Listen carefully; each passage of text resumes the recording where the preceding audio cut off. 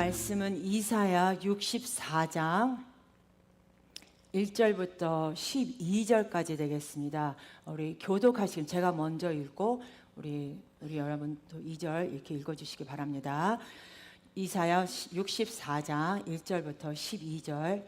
원컨대 주는 하늘을 가르고 강림하시고 주의 앞에서 산들로 진동하기를 불이 섭을 사르며 불이 물을 끄님 같게 하사 주의 대적으로 주의 이름을 알게 하시며 열방으로 주의 앞에서 떨게 하옵소서. 주께서 강림하사 우리의 생각 밖에 두려운 일을 행하시던 그때에 산들이 주의 앞에서 진동하여 싸우니 주 외에는 자기를 앙망하는 자를 위하여 이런 일을 행한 신을 예로부터 들은 자도 없고 귀로 깨달은 자도 없고 눈으로 본 자도 없었나이다. 주께서 기쁘게 의를 행하는 자와 주의 길에서 주를 기억하는 자를 선대하시거늘 우리가 범죄함으로 주께서 진노하셨사오니 이 현상이 이미 오래 싸우니 우리가 어찌 구원을 얻을 수 있으리이까.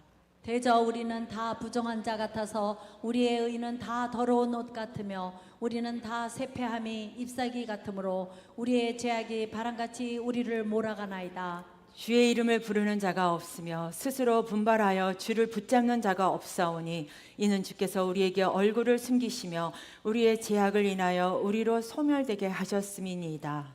그러나 여호와여 주는 우리 아버지시니이다. 우리는 진흙이요 주는 토기장이시니 우리는 다 주의 손으로 지으신 것이라. 여호와여 과히 분노하지 마옵시며 죄악을 영영히 기억하지 마옵소서. 구하오니 보시옵소서.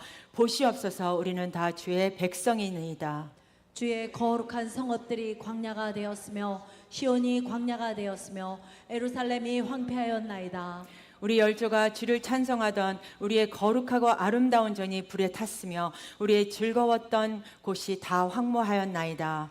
여호와여 이리 일러하거늘 주께서 오히려 스스로 억제하시니까 주께서 오히려 잠잠하시고 우리로 심한 괴로움을 받게 하시니까. 아멘. 우리 다 같이 기도하시겠습니다. 하나님 아버지, 오늘 저희의 발걸음을 주께로 인도해 주시고 주께 나와 예배드릴 수 있도록 은혜를 허락해 주심을 감사합니다. 오늘 이 예배를 통하여 하나님이 우리를 얼마나 사랑하시는지 경험하게 하여 주시고 우리의 심령의 여러 가지 문제들이 풀어지고 해결되는 이적의 역사가 일어나게 하여 주시옵소서.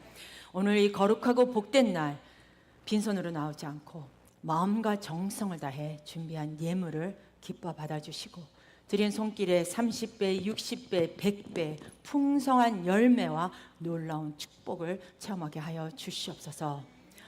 오늘 주신 귀한 말씀을 전하는 주의 종에게 영육간에 강건케 하시고 말씀의 지혜와 능력을 더하게 하시고 말씀이 선포될 때 말씀을 통하여 우리의 시선이 오직 주님만을 하나님을 바라보게 하여 주시옵소서. 오늘도 축복의 근원이 되시는 예수님의 이름으로 감사하며 기도드립니다. 아멘. 오늘 우리 옆에 분이랑 또 인사하시겠습니다. 오늘은 은혜가 충만한 날입니다.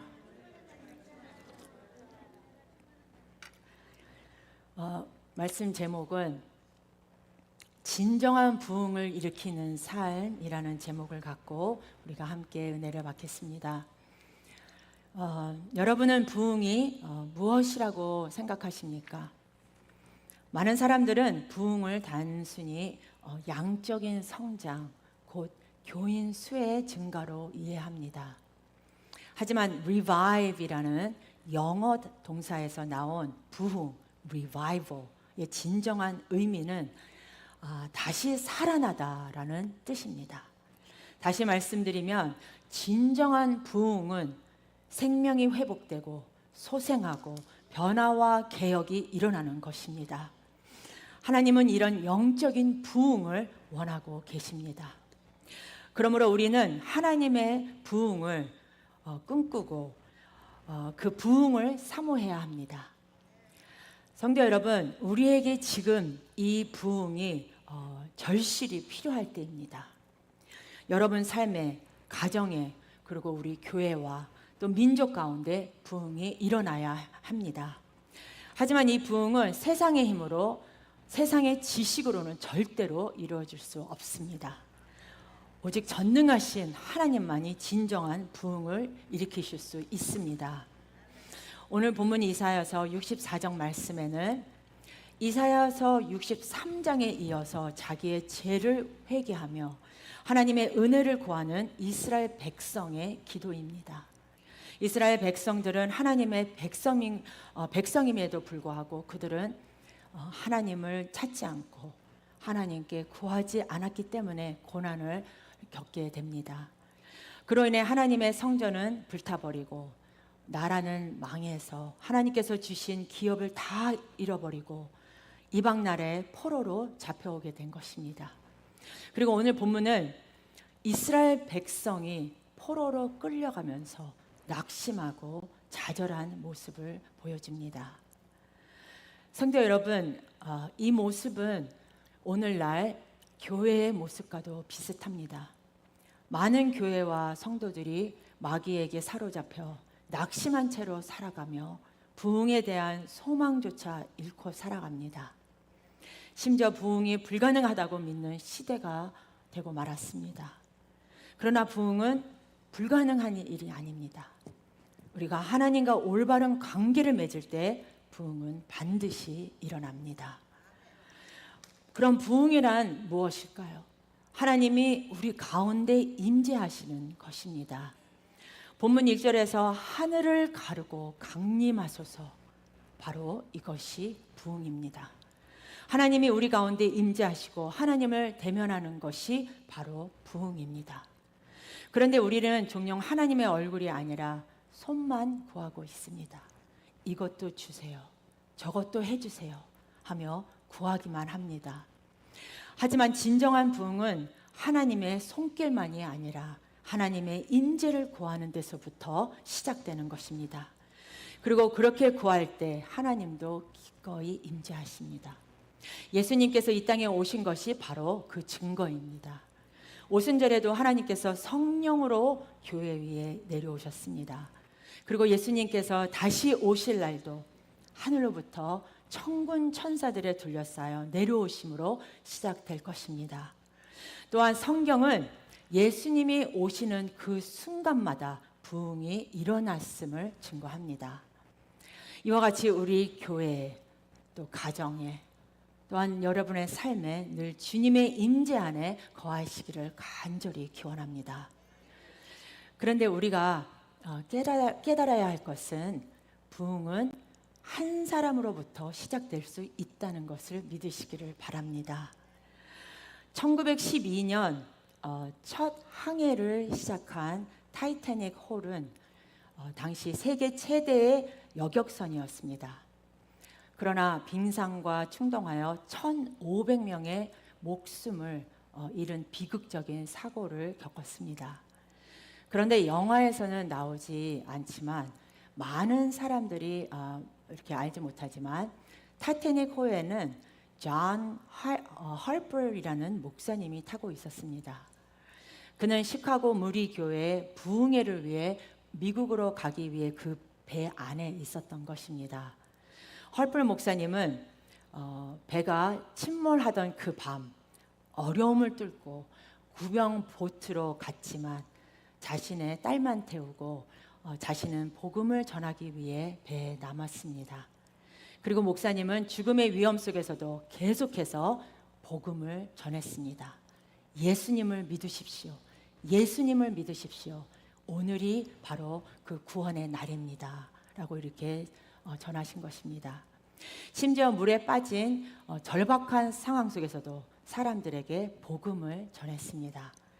그리고 바다 한가운데서 그의 복음을 듣고 예수님을 영접한 사람이 나중에 이렇게 간증했습니다. 나는 물에 빠진 그 순간 헐플 목사님의 말을 듣고 예수님을 믿기로 결심했습니다. 여러분, 헐플 목사님은 한 사람이 일으킨 부흥의 상징이 되었습니다. 이처럼 우리 성도님들도 지금 서 있는 그곳에서, 가정에서, 직장에서, 교회에서 부흥을 일으키는 그 한 사람이 될 수 있기를 바랍니다. 그럼 이 시간 말씀을 통해 진정한 부흥을 일으키는 세 가지의 교훈을 함께 나누며 우리의 영혼이 다시 일어서서 부흥을 체험하는 시간이 되시기를 바랍니다. 첫 번째로 부흥은 하나님의 임재하심입니다. 그런데 하나님께서 임재하실 때 일어나는 세 가지 일이 있습니다. 첫 번째로 모든 산이 불에 타게 됩니다. 본문 1절, 2절 말씀을 다시 보겠습니다. 원컨대 주는 하늘을 가르고 강림하시고 주의 앞에서 산들로 진동하기를 불이 섭슬 사르며 불이 물을 끄님 같게 하사 주의 대적으로 주의 이름을 알게 하시며 열방으로 주의 앞에서 떨게 하옵소서. 하나님께서 내려오실 때 불이 산을 태우고 모든 장애물을 제거한다고 합니다. 여기서 산은 단순한 지형이 아니라 산은 우리의 교만, 우리의 불순종, 우리의 무관심, 하나님의 일을 막는 모든 영적인 장애물을 의미합니다. 그러므로 하나님께서 임재하시면 이 모든 것이 하나님의 불 앞에 타서 사라지게 됩니다. 두 번째로 죄인들이 흔들립니다. 본문 2절 3절에 이방 나라들을 떨게 해달라는 이사야의 말처럼 하나님이 임재하시면 세상은 두려워 떨게 됩니다. 이것이 바로 부흥의 또 다른 결과입니다. 세 번째로 하나님께서 임재하실 때 의인들은 기뻐합니다. 본문 5절 말씀을 다시 보겠습니다. 주께서 기쁘게 의를 행하는 자와 주의 길에서 주를 기억하는 자를 선대하시거늘 우리가 범죄함으로 주께서 진노하셨사오며 이 현상이 이미 오래 싸우니 우리가 어찌 구원을 얻을 수 있으리까. 하나님을 믿고 따르는 자에게 부흥은 기쁨과 영광의 시간입니다. 왜냐하면 하나님과의 만남은 지루함이 아닌 말할 수 없는 감격과 환희를 가져다 주기 때문입니다. 어느 세미나에서 강사가 이런 질문을 했습니다. 여러분 중에 혹시 지루한 예배에 참석해 본 사람이 있나요? 그때 많은 사람들이 손을 들자 우리 강사님이 이렇게 말했습니다. 여러분에게 지루한 예배란 없습니다. 하나님께 드리는 예배는 절대로 지루할 수 없습니다. 라고 말씀했습니다. 지루한 예배가 없다고 말한 이유가 무엇일까요? 하나님이 임재하시는 예배는 기쁨으로 충만하기 때문입니다. 그리고 하나님을 만나는 순간 그 어떤 세상의 즐거움과도 비교할 수 없는 영적 기쁨과 충만함을 경험하기 때문입니다. 우리 성도님들은 이 영적 기쁨과 충만함을 누리시기를 바랍니다. 그리하여 우리 모두 하나님의 임재 가운데 기쁨과 영광으로 가득한 부흥의 삶을 살아가시기를 축복합니다. 두 번째로 우리에게 주신 교훈은 부흥을 방해하는 것, 바로 죄에 대한 말씀입니다. 본문 6절 말씀을 보겠습니다. 대저 우리는 다 부정한 자 같아서 우리의 의는 다 더러운 옷 같으며 우리는 다 쇠폐함이 잎사귀 같으므로 우리의 죄악이 바람같이 우리를 몰아가나이다. 이 구절은 우리가 얼마나 연약하고 죄 가운데 있는지를 보여주며 뿐만 아니라 하나님의 눈에는 우리의 의로움조차도 더러운 옷과 같다고 말씀합니다. 여기서 말하는 더러운 옷은 그 다시 문둥병자들이 입던 옷, 고름과 진물이 묻어 세균으로 가득한 심하게 오염된 옷을 뜻합니다. 바로 하나님 없이 쌓은 인간의 의로움은 더럽고 무가치하다는 것입니다. 성도 여러분, 오늘날 많은 사람들이 이 더러운 옷, 자기 의라는 옷을 입고 살아갑니다. 교회에서도 겸손한 마음이 아니라 교만한 마음으로 사람을 판단하고 또 교회를 평가합니다.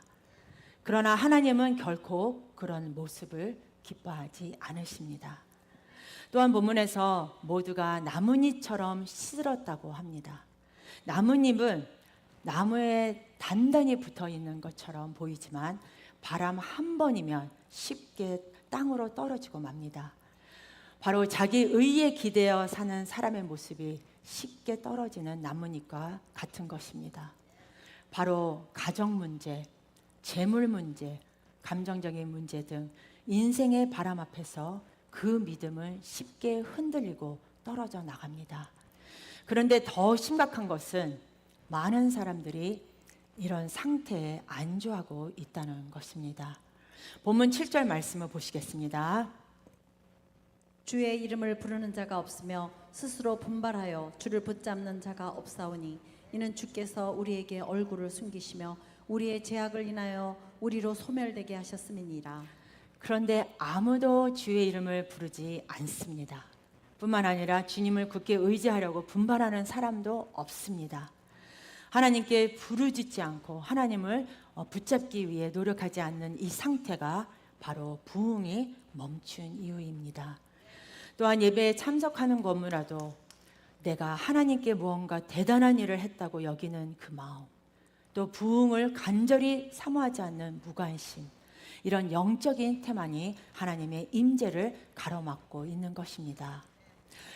부흥 운동가였던 루벤 토리 목사님은 그의 책 기도의 능력에서 부흥에 대해 이렇게 말합니다.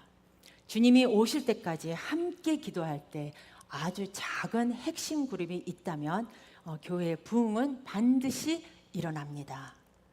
비록 소수라도 하나님과의 관계가 분명하고 하나님 앞에 철저히 엎드린 사람들이 모이면 반드시 부흥이 일어난다는 것입니다. 어떻게 보면 너무 단순한 원리처럼 들리지만 정확한 지적입니다. 하나님과 동행하고 간절히 기도하면서 내 자신을 하나님께 맡기는 것, 이것이 부흥의 열쇠입니다. 다시 말씀드리면 진정한 부흥은 신앙이 회복되는 것입니다. 잠자는 영혼이 깨어나는 것, 죽은 영혼이 소생하는 것이 바로 부흥입니다. 성도 여러분, 인생의 문제를 세상에서 해결하려 하지 말고 번민과 괴로움만 더합니다. 하지만 주님 앞으로 가지고 나와 해결받으면 영원히 소생합니다. 신앙이 회복되는 것입니다. 우리 성도님들은 지금 여러분의 삶과 가정, 교회, 이 민족을 향한 부흥을 얼마나 갈망하고 계십니까? 안주하지 마시고 깨어 일어나시기를 바랍니다. 하나님을 향해 나아가시기를 바랍니다. 그럴 때 반드시 부흥이 찾아올 줄 믿습니다. 세 번째로 부흥을 경험하기 전 반드시 우리가 드려야 할 기도가 있습니다. 하나님의 주권을 인정하는 기도를 드려야 합니다. 본문 8절 말씀을 우리 다 같이 함께 읽겠습니다. 그러나 여호와여, 주는 우리 아버지시나이다. 우리는 진흙이요 주는 토기장이시니 우리는 다 주의 손으로 지으신 것이라. 아멘. 첫 번째로 우리는 하나님의 손으로 지으신 작품입니다 라고 고백합니다. 이 고백은 저는 주님의 뜻대로 빚어질 준비가 되어 있습니다 라고 하는 것입니다. 이처럼 하나님께 자신의 주도권을 내려놓는 기도, 나의 중심적인 마음을 내려놓고 주님의 손에 온전히 맡길 때 하나님의 임재와 회복의 역사가 일어나는 것입니다. 두 번째로 하나님의 자비를 구하는 회개의 기도입니다. 본문 9절에서 이사야는 주님께 진노를 거두고 죄를 영원히 기억하지 말라고 기도합니다. 이 기도는 단순한 용서에 대한 요청이 아닙니다. 하나님 아버지, 우리는 주님의 자녀들이오니 주의 자비 없이는 살 수 없습니다 라고 고백하는 철저한 회개 기도입니다. 여러분, 하나님은 자비로우신 분이십니다. 죄를 심판하시기보다 용서하기를 더 기뻐하시는 분이십니다. 그러나 우리가 죄를 붙들고 있으면 하나님은 그 죄를 억지로 없애지 않습니다. 우리가 회개하지 않으면 용서는 시작되지 않는 것입니다. 성도 여러분, 오늘날 많은 그리스도인들이 하나님의 자비는 원하면서 회개는 피하려고 합니다. 그러나 회개 없는 믿음은 존재할 수 없습니다. 회개 없는 예배는 진정한 예배가 아닙니다. 하나님은 우리가 회개를 하기만 하면 즉시 용서할 준비가 되어 있으신 자비하시는 분이시라는 것을 잊지 마시기를 바랍니다. 세 번째로 드려야 할 기도는 하나님의 영광을 갈망하는 기도입니다. 본문 10절부터 12절을 보시면 이사야가 이렇게 말합니다. 하나님, 우리는 주님의 영광을 기억합니다. 그 영광의 날들을 다시 보고 싶습니다. 우리 가운데 다시 내려오셔서 주님의 얼굴을 보여주시옵소서. 이것이 바로 부흥을 향한 갈망의 기도입니다. 성도 여러분, 진정한 부흥은 이 세 가지 기도에서 시작되는 것입니다. 하나님의 주권을 인정하는 기도, 하나님의 자비를 구하는 회개의 기도, 하나님의 영광을 사모하는 기도. 이 기도가 우리 안에서 시작될 때 하나님은 반드시 응답하십니다. 그러므로 기도는 하나님의 부흥을 일으키는 파도와 같습니다. 발전기와 같은 것입니다. 그리고 하나님의 일을 위한 부흥은 기도로 시작합니다. 이 기도를 회복하시고 이 부흥의 파도가 여러분 삶에 닿기를 주님의 이름으로 축복합니다. 성도 여러분, 여러분 가정에 평화를 원하십니까? 교회가 더 뜨겁고 건강하게 세워지길 원하십니까? 여러분의 일터와 삶의 자리에도 기쁨이 넘치기를 원하십니까? 진정한 부흥은 내 자신으로부터 시작되는 것입니다. 진정한 부흥은 나로부터 시작되어야 합니다. 많은 사람들이 교회 부흥을 말할 때 그보다 먼저 생각하는 것은 내 자신의 부흥이어야 합니다. 먼저 내 자신이 부흥되어 있는지를 점검해 보아야 합니다. 그리고 내 자신의 부흥을 위해 기도해야 합니다. 제가 말씀을 준비하면서 내가 이 간증을 해야 되나 말아야 되나, 하나님, 주님께서 말씀을 전할 때 만약에 주님께서 원하시면은 이 간증을 하게 하시고, 아니면 그냥 말씀만 전하고 끝날게요, 이렇게 계속 기도를 하고 있는데 제 생각에 이 간증을 해야 될 것 같아요. 근데 제가 이번 주 이제 저희 목사님이 항상 저한테 말씀하신 이제 책들이 있어요. 저한테 이제 목회자는 일주일에 책을 한 권은 읽어야 된다. 그런데 저한테는 그게 너무 불가능하더라고요. 책을 한 권 읽기가 너무 힘든 거예요. 그런데 항상 저한테 이거를 제가 봤을 때는 제가 목사님이 되고 나서부터 말씀하신 것 같아요. 목회자는 책을 한 권씩 읽어야 된다. 일주일에 한 권. 그래서 아니 아빠, 어떻게 일주일에 한 권, 한 달에 한 권도 힘든데 일주일에 한 권을 읽냐. 그러면서 제가 읽지를 않았어요. 그런데 이번 주는 제가 이제 교회에서 이렇게 교회를 이끌다 보니까 저도 너무 이제 갈망하고 내가 어떻게 성도님들을 잘 이끌어야 되나 하면서 목사님이 말씀하신 그 책을 이렇게 딱 읽게 됐어요. 근데 제가 그 책을 그날 다 읽었어요. 얼마나 은혜가 됐으면 그날 다 읽고 그 다음 건을 또 읽게 됐어요, 제가. 그런데 그 말씀을 그 책을 읽고 나서 제가 금요일 날 이제 예배를 드리는데 제 자신이 제가 이제 하나님께 말했어요. 하나님, 저는 이 목사님처럼 제 인생을 살 수가 없어요. 그 목사님은 제가 그 책을 딱 읽고 나서 깨달은 게 제가 꼭 사복음서를 읽은 것 같은 거예요. 그 목사님 책을 읽고 나서. 그래서 하나님, 저는 너무 부족해서 이분처럼 살 수가 없어요. 하나님, 저한테 너무 바라는 게 많으신 것 같아요. 저는 이렇게 할 수가 없어요. 그러면서 금요일 철야 예배 말씀을 준비하기 전에 제가 계속 이렇게 기도하고 있었어요. 근데 하나님께서 저한테 말씀하신 게 그러기 때문에 내가 너를 사용하기를 원한다. 너가 만약에 잘났고 너가 할 수 있는 게 너무 많으면은 나는 널 원하지 않는다. 너는 부족한 사람이다. 그러기 때문에 내가 너를 원한다. 그러면서 저희 교인들을 한 분 한 분 생각하면서 우리 교인들 한 분 한 분 우리가 다 너무 잘나서가 아니라 우리가 너무 부족하지만 우리 하나님께서는 여러분의 기도를 원하시고 여러분의 예배를 너무 원하신다는 것을 깨닫게 되었습니다. 그러면서 제가 말씀을 전하는데 이제 금요철야 예배 말씀이 모였으면은 진짜 성령님 임재하시는 그런 예배를 드리자 하는 그런 예배였는데 말씀을 드리는데 그 말씀이 그냥 이게 다 살아있는 거예요. 막 살아서 막 이게 움직이는 거예요.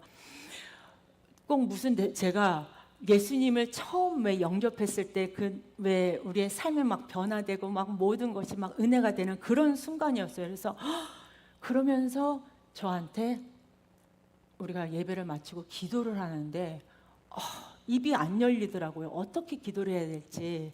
근데 하나님께서 저에게 회개의 기도를 하게 하시더라고요. 제 인생에 이런 회개의 기도는 진짜 처음 경험한, 그냥 이 회개가 제 마음 깊숙해서 나오는데 눈물을 범벅 흘리면서 제가 그날 회개 기도를 했어요. 무슨 회개를 기도했냐?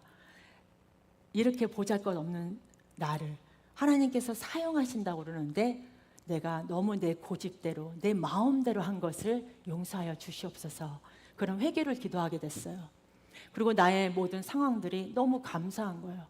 하나님께서 저한테 말씀하시는 게 얘야, 내가 너한테 이런 축복된 가정을 준 걸, 너의 이런 남편을 주신 것, 너의 자녀들을 주신 것, 이게 그냥 너를 위해서 준 게 아니다.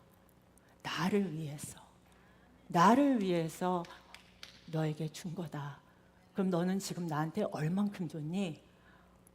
제가 진짜 회개 기도를 하고 그 다음에는 하나님께 눈물을 흘리면서 감사의 기도를 하게 되었습니다. 제가 이 말씀을 준비하면서 부흥은 내 자신이 먼저 부흥이 돼야 되겠구나. 남을 부흥시키는 것이 아니라 내 자신이 먼저 부흥이 돼야 되겠구나. 다시 깨닫는 시간이 되었습니다. 하나님을 위한 내 자신의 부흥은 어떤 일일까요?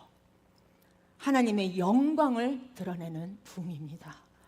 그리고 하나님의 영광을 드러내는 부흥은 우리의 삶의 모든 영역에서 일어납니다. 바로 기도의 부흥입니다. 찬양의 부흥입니다. 말씀과 예배의 부흥입니다. 믿음도 부흥이고 소망도 부흥이고 사랑도 부흥입니다. 이렇게 모든 면에서 하나님의 부흥은 일어나야 합니다. 그러므로 부흥은 모든 축복의 시작입니다. 부흥이 일어나면 그 열매들은 자연스럽게 따라오게 되어 있습니다. 사랑하는 우리 성도 여러분, 하나님은 지금 이 순간도 우리 가운데 임재하시기를 기다리고 계십니다. 우리가 진심으로 그분을 원하고 구하면 반드시 응답하십니다. 지금 이 자리에서 하나님을 갈망하시기를 바랍니다. 하나님의 임재를 사모하세요. 그리고 부흥을 구하십시오. 그러면 하나님께서 반드시 여러분에게 임하실 줄 믿습니다. 그래야 우리 성도님의 삶에 말할 수 없는 기쁨과 영광이 가득할 것입니다. 죽어있던 심령은 살아나고 무너졌던 관계는 회복되며 메마른 삶은 다시 꽃피게 될 것입니다. 우리 성도님들 삶에 언제나 살리고 회복시키며 새롭게 하시는 부흥의 은혜가 충만하게 임하기를 주 예수 그리스도의 이름으로 축원합니다.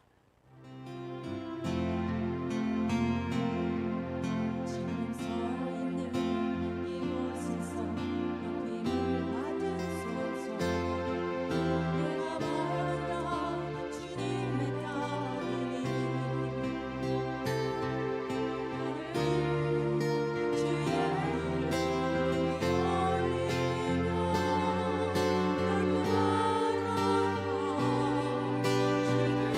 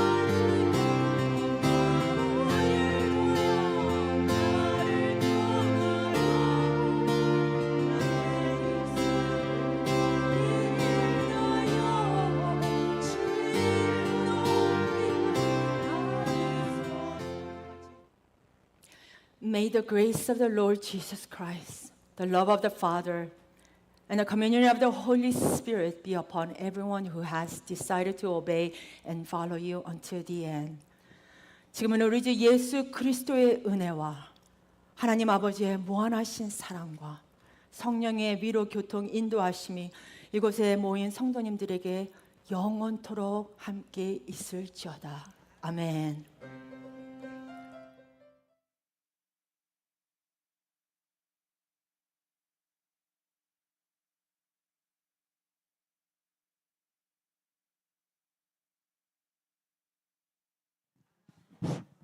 예배가 일찍 끝났죠. 여러분들 식사하시면서 사랑의 교제 나누시고요. 리빙 워십 예배는 1시에 드리도록 하겠습니다.